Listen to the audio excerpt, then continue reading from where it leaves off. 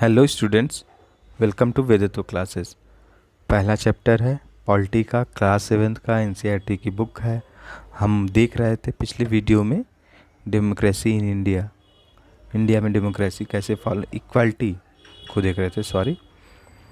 तो इक्वालिटी को हम अब देखने जा रहे हैं कि जो दूसरी डेमोक्रेसीज़ हैं, दूसरे लोकतंत्र हैं, यानी कि दूसरे देश में जहाँ लोकतंत्र है वहाँ पे इक्वालिटी को कैसे फॉलो किया जा रहा है, क्या क्या इश्यूज़ वहाँ हैं। You are probably wondering whether India is the only democratic country in which there is inequality. आप वंडर कर रहे होंगे, सोच रहे होंगे कि क्या इंडिया ही ऐसी सोसाइटी है where the struggle for equality continues to exist, जहाँ स्ट्रगल कर रहे हैं अभी लोग बराबरी के लिए।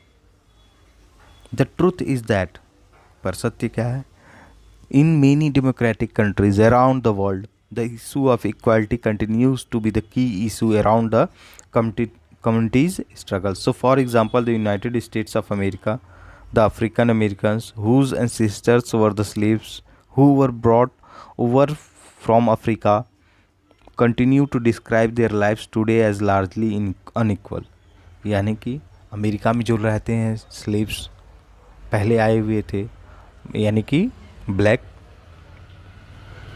जो साउथ अफ्रीका के नेटिव लोग हैं, ब्लैक लोग, वहाँ पे जो उनके लिए डेरोगेटरी शब्द भी यूज़ करते थे, उसके लिए भी काफ़ी इशू हुआ। तो अभी भी डिस्क्रिमिनेशन कहीं न कहीं है वहाँ पे भी, और ये लोग दूसरे को ज्ञान देते हैं। हमें दूसरों से ज्ञान इस विषय पे कम लेना है, हमें अपने हिसाब से जितना अच्छा हो सके उतना समाज को सुंदर बनाने की कोशिश करनी चाहिए। This despite the fact that there was a movement in the late 1950s to push for equal rights for African Americans.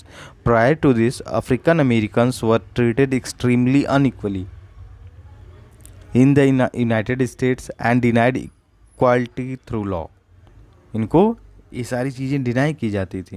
किसको? अफ्रीकन अमेरिकन्स को। ये अमेरिका की कंडीशन बता रहे हैं, जो पहले स्लेव आए हुए थे, फिर जब अमेरिका आज़ाद हो गया, फिर उसके बाद जब आज़ादी मिल गई, fundamental rights, bill of rights उनके यहाँ भी आ गया। तो बिल ऑफ राइट्स अगर आया तो अगर अमेरिकन की जो वहाँ पे नेटिव हैं, वो जो स्लेव्स आए थे, अफ्रीकन अमेरिकन्स जो हो गए हैं, उनके लिए भी सेम है। तो हमें डिस्क्रिमिनेशन नहीं करना चाहिए। बट चैप्टर क्या कह रहा है, ये पार्ट क्या कहा है हमने, क्या इसकी हेडिंग थी कि डिस्क्रिमिनेशन को हम देखेंगे कहाँ कहाँ अदर डेमोक्रेसीज में, कि इक्वालिटी पे क्या है, वहाँ पे क्या स्थिति है।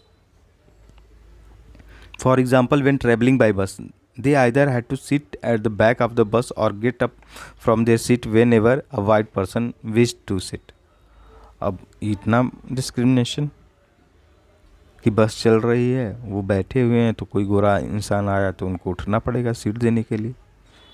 रोज़ा Parks 1913 to 2005 was an African American women. Rosa Park कौन था? अफ्रीकन अमेरिकन वुमेन थी। Tired from a long day at work she refuse to give up seat. दिन भर के थके हुए काम से वो उठने को तैयार नहीं होती कि मैं सीट नहीं छोड़ूंगी। A white man to a white man, date कौन सी है? दिसंबर 1995, 1 दिसंबर 1955, sorry I read wrongly, 1995, 1955, 1955। Her refusal that day started a huge agitation against the unequal ways in which African Americans were treated, and which came to be known as the Civil Rights Movement. The Civil Rights Act of 1964 prohibited discrimination on the basis of race. किस basis पे? तो civil rights act 1954 में आया, civil rights movement चला, 1964 का act आया, वो prohibit करता है discrimination on the basis of race, religion और नेशनल ओरिजिन। अब देखिए हम कब, यानी कि अमेरिका की सोसाइटीज़ तो हम बहुत आगे हैं। हम 1947 में सारी चीज़ें ला चुके थे अपने लिए, सारे राइट्स इक्वालिटी वाले। बट ये कब लेके आ रहे हैं? 1964 में। वो सिविल राइट मूवमेंट होता है तब। हालांकि समाज हमारे यहाँ भी इवॉल्व किया है समय समय पे, जहाँ पे जैसी ज़रूरत महसूस हुई है। It also stated that all schools would be open to African American children that they would no longer have to attend. अच्छा, यानी कि वहाँ पे ऐसा भेदभाव था कि अफ्रीकन अमेरिकन के लिए अलग अलग स्कूल्स थे और अमेरिकन के लिए अलग स्कूल थे। तो ऐसा तो नहीं होना चाहिए था, है ना। एक अच्छी डेमोक्रेसी, हेल्दी डेमोक्रेसी हम अमेरिका को मानते थे। Separate schools specially setup for them. However despite this a majority of African Americans continue to be among the poorest in the country। बहुत पुअर हैं, जो पुअर की संख्या है, गरीबों की तादाद है, उसमें अमेरिकन ज़्यादा गरीब हैं। Most African American children can only afford to attend government schools that have fewer facilities and poorly qualified teachers as compared to white students who either go to private schools or live in areas where the government schools are as highly rated as private schools। अच्छा, मतलब कि वहाँ की society में भी उस समय ऐसे स्कूल्स थे, मतलब कि सरकारी स्कूलों की स्थिति खराब थी, इसीलिए तो अफ्रीकन स्टूडेंट उसमें जाते थे और वो लोग रिच स्कूल्स में जाते थे, अच्छे स्कूल्स में जाते थे। अब डेमोक्रेसी के लिए चैलेंज क्या है? चैलेंज ऑफ डेमोक्रेसी, क्या क्या बाधाएं हैं, क्या क्या अड़चनें हैं डेमोक्रेसी को फुल इस्टेब्लिश करने के लिए, लोकतंत्र को पूर्ण रूप से धरातल पर लाने के लिए।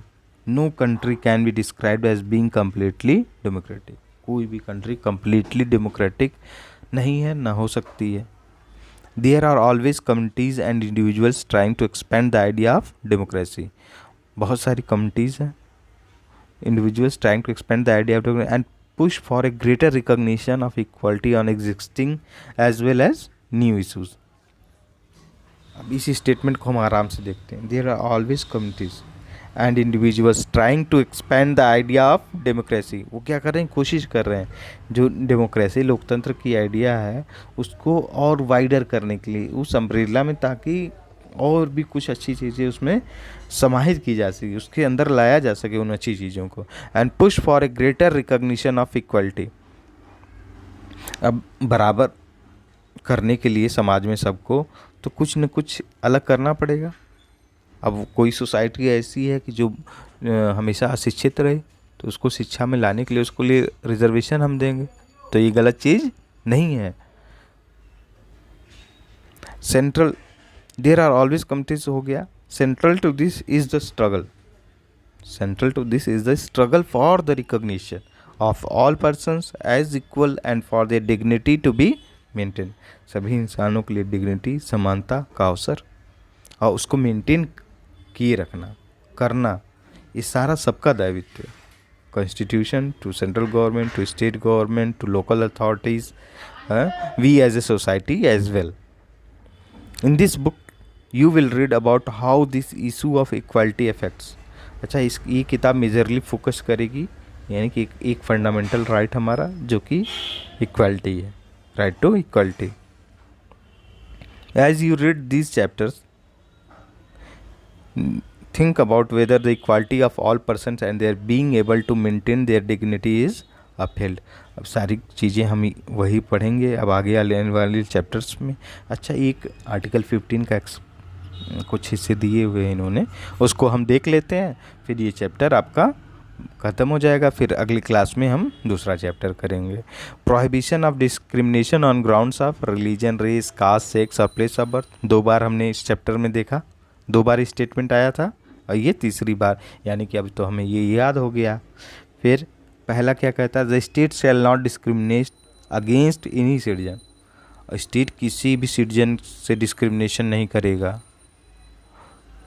किस बेसिस पे?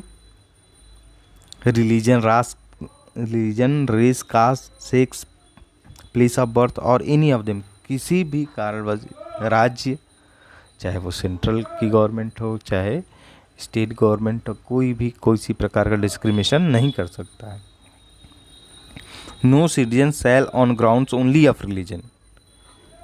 कोई भी सिटीजन केवल किस बेसिस पे? Religion, race, caste, sex, place of birth और any of them be subject to any disability.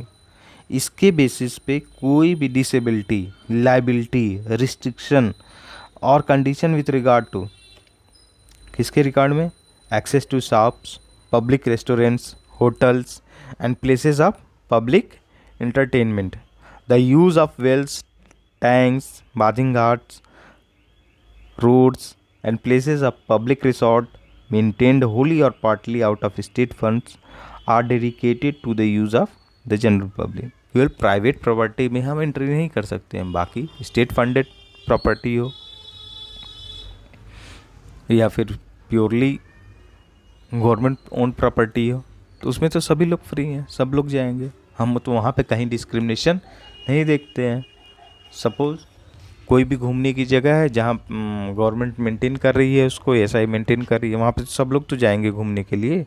ऐसा तो हो ही नहीं सकता है कि कोई नहीं जाएगा, तो सभी लोग जाएंगे वहाँ पे घूमने के लिए। So thank you for watching the channel, it's my channel for you, है ना। आप आइए यहाँ, पढ़िए, सीखिए, है ना। जो भी क्वेश्चंस पूछने हो कमेंट्स कीजिए, I will answer your all queries. So thank you for watching with classes.